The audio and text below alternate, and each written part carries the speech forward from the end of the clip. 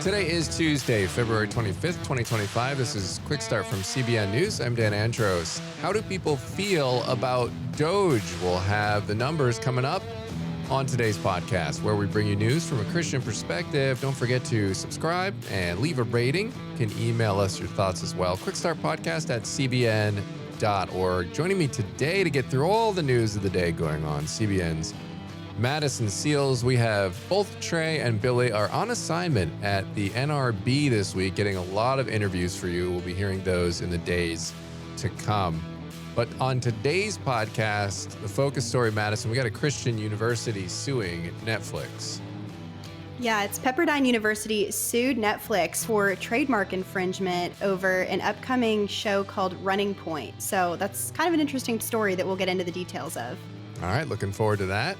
Also on the main thing, Michael Isander opens up about landing the role of David in Prime's upcoming House of David story and his journey to the screen. That's that series that's on the biblical David, and it's looks pretty cool. So looking forward to getting that interview there coming up on the main thing. All right, make sure you are subscribed to all of our CBN News podcasts. You can find the links right here in the description of this podcast episode. All right, with that, we're going to head over to the news in 90 seconds. And Pope Francis remains in a critical condition as he battles pneumonia in both lungs, but Vatican officials reported some improvement in his health. No further respiratory crises since Saturday. Oxygen support has been slightly reduced. He's got mild kidney insufficiency that was detected on Sunday, but doctors said that was not alarming. Doctors did warn of a sepsis risk, a serious complication it would be. And at 10 days, this is now his longest hospital stay as Pope. The Vatican says he's in good spirits, but remains under close watch.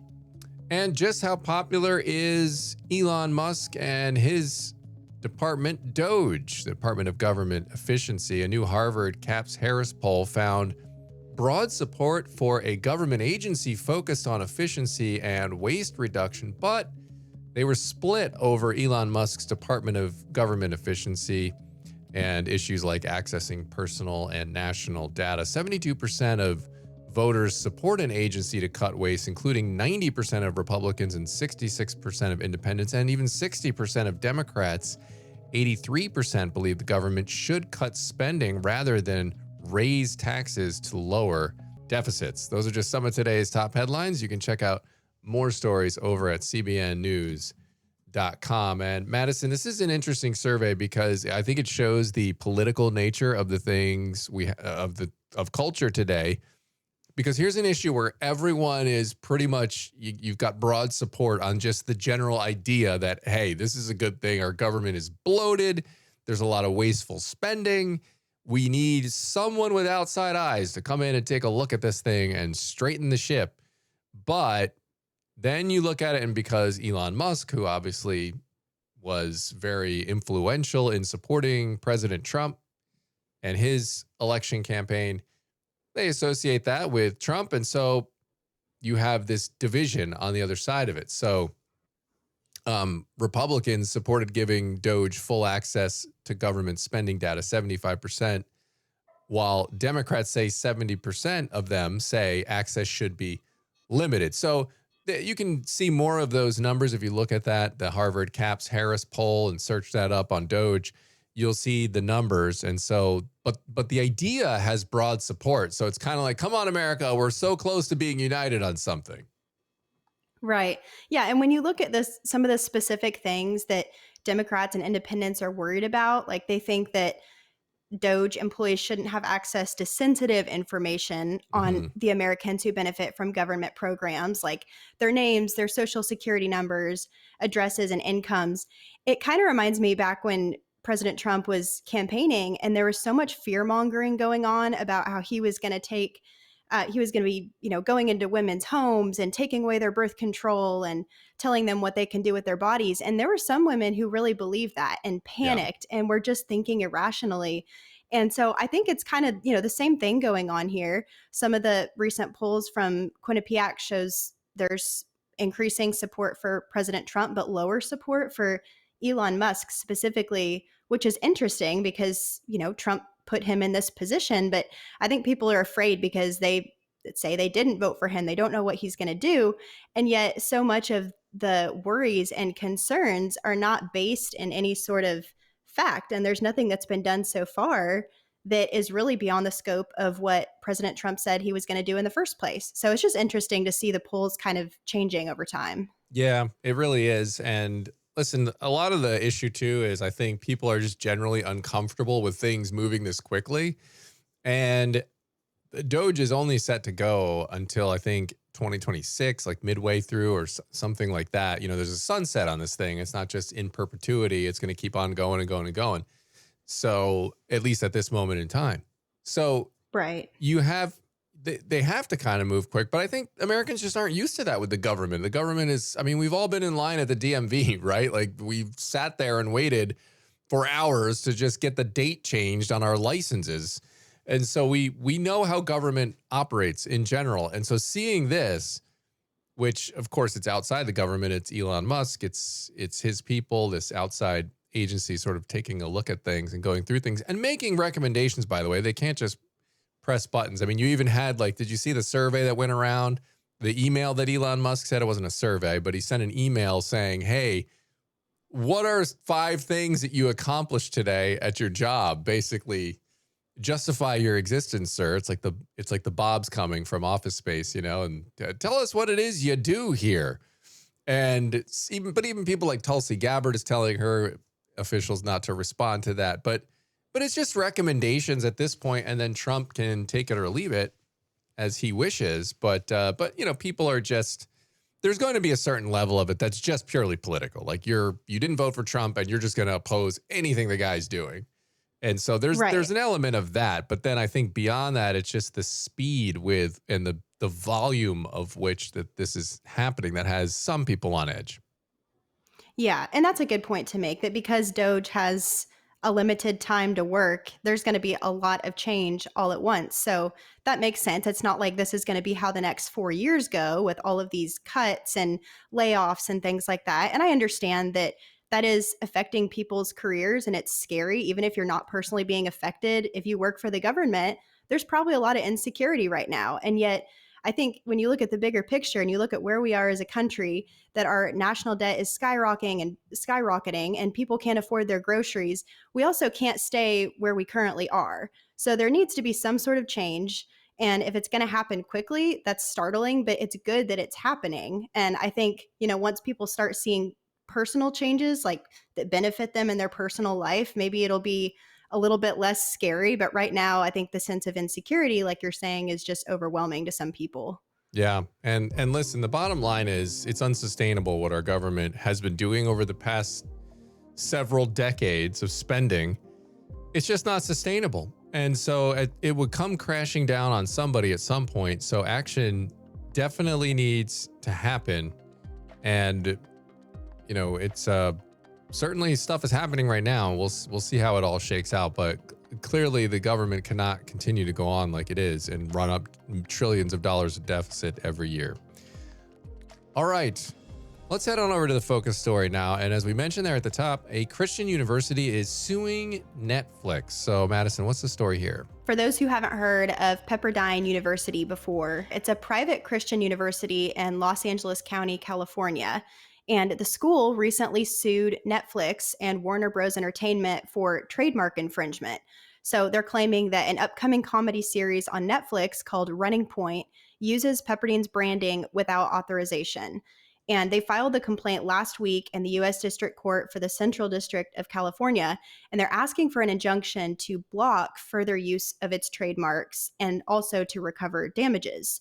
Now, the university says they did contact Netflix and Warner Bros. Discovery multiple times trying to resolve the issue before going the legal route, but the defendants allegedly refused to stop their promotional activities of the show or modify the show's use of the trademarks at all. And we can talk more about the specific trademark material the show is using because it really is pretty similar. And what are some of the specific trademark infringements being claimed in this lawsuit? Well, court documents describe the elements of the Netflix show that seem to be mimicking or copying the university. So, Running Point features a Los Angeles based basketball team called the Waves, which is Pepperdine's trademark team name. Also, their colors, blue and orange, and references the year 1937, which is the year that the university was founded. And these are pretty intentional, clear things that the show talks about repeatedly. And it's hard to imagine all those things were due to coincidence, especially because Pepperdine's basketball teams have competed in the Los Angeles area for more than 85 years. And the school now has a student body of over 10,000. So it's recognized nationally. It definitely seems to be intentional. And that's why the school decided to take legal action. Why do you think this is so important to the university? Well, at first glance, it can seem petty if you don't really look into the details, but the main concern is not that their trademarks are being used without credit. It's that the show Running Point could negatively impact the school's Christian reputation and even confuse people who think that the two are somehow related or that the school's endorsing the show or working with the show or something.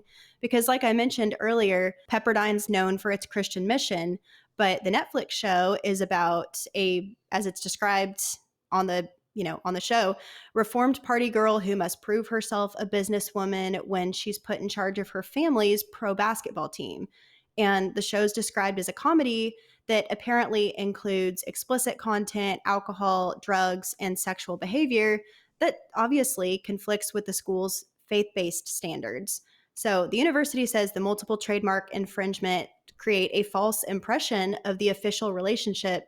And university officials believe that this overlapping identity will confuse viewers and even undermine the school's existing reputation. The show is scheduled to premiere next week, so it'll be interesting to see if there's any major developments in the lawsuit before then. But Y- the y- university is definitely pursuing that now. Yeah, it'd be interesting. I guess what would happen is if it maybe felt like they felt like the lawsuit had teeth, that maybe that they would pause it and wait until this all shook out. Because I mean, if they were to just go ahead and run it, and then the lawsuit kind of stuck and got made some headway, well, Netflix could be really in for a massive problem if they went ahead and continued to play it anyway when they, were not in the clear legally. And you can see this is interesting because as Christians, right, you don't want to jump into lawsuits, right? It's not the first thing we should be doing. But at the same time, if this is really going to impact your character, your integrity of your university here, and what the mission is of the university, then you can see why they're bent on making sure there's a distinction here and that there's no confusing them with this show.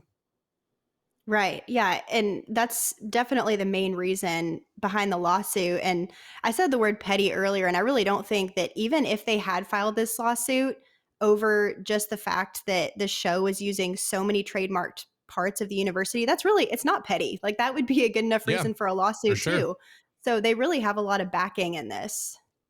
Yeah, they really do. Interesting stuff for sure. Appreciate you bringing that one to the podcast today, Madison. And again, you don't want to be in court as a Christian. The thing that keeps popping into my mind as we're going through that story. Now, as a big organization, it's a little bit different. But as an individual, you want to be able to avoid those things you can. But sometimes push comes to shove and you're kind of backed into a corner and there's not much else you can do. So hopefully they'll get this straightened out and there won't be any confusion of what this show is and what this Christian university is. So appreciate you bringing that one to the podcast today, Madison. We are going to transition over to the main thing now. Michael Iskander landed the role of a lifetime when he was cast to play David in Prime's soon-to-release series, House of David. He joined Billy to talk about his journey to get there in this role and in acting and everything else for today's main thing. So here you are, you're playing David. You auditioned for this role. What was it like to receive the news that you were going to be taking this on? Because it's a big role to take on. I mean, it's pretty life-changing when someone tells you you're going to be the lead of a new TV show and you're going to play David. I mean, of all the different people to play, I think David is one of the most interesting people because he's just, there's so much duality in him. He's the epitome of what it means to be human, to make mistakes, but to truly have a heart for God, and a heart that seeks after God's own heart.